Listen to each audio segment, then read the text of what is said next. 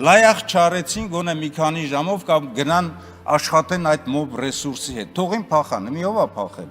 Հիմա գեներալներն են փախել, թե ազգային ժողովի այն падգամավորները, որոնք որ այնտեղ են եղել։ Նիկոլ Փաշինյանի պնդումները, թե պատերազմի ժամանակ գեներալները փախել են, արժանացել են ընդդիմության կոշտ արձագանքին։ Հայաստան խմբակցության ղեկավար Սեյրան Օհանյանն է հակադարձել, հարց բարձրացնելով, թե ով է իրականում լքել պատասխանատվությունը՝ զինվորականները, թե նրանց թիկունքն ապահովելու պարտավորություն ունեցող քաղաքական մեծամասնությունը։ Ըստ Օհանյանի, հակառակորդի առաջխաղացումը եղել է հենց այնտեղ, որտեղ որոշումները կայացվել են քաղաքական իշխանության եւ գլխավոր շտաբի կողմից։ Ադրբեջանը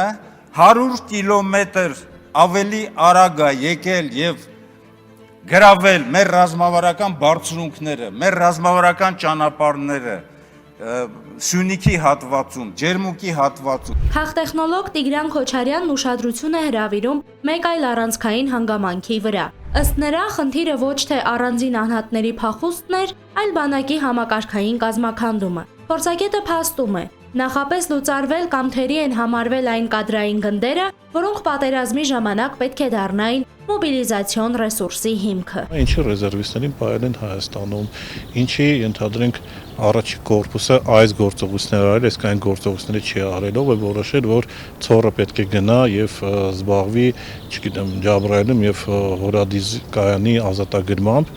հա, եթե ճիշտ եմ հիշում, այլ ոչ թե այլ գնդերը, չէ՞ որ ցորը պետք է պաշտպաներ Ստեփանակերտը եւ Շուշին։ Այսօր արդեն իշխանությունը խաղաղության դարաշրջանի թեզն է առաջ մղում, զգուշացնելով, որ առանց զիջումների պատերազմն անխուսափելի է։ Քոչարյանի պնդմամբ Ալիևին պատերազմ պետք չէ, քանի դեռ նա ստանում է այն ամենը, ինչ ուզում է առանց մեկ կրակոցի։ Եթե Փաշինյանը չի ընտրվում,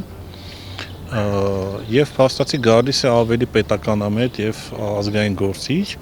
ինչ process է տեղի ունենում։ Այդ մարդիկ վերականգնում են իրենց հարաբերությունները դաշնակիցների հետ, առաջերտին Իրանի, Ռուսաստանի հետ, եւ ստեղծում են այնպիսի մի հնարավորություն, որ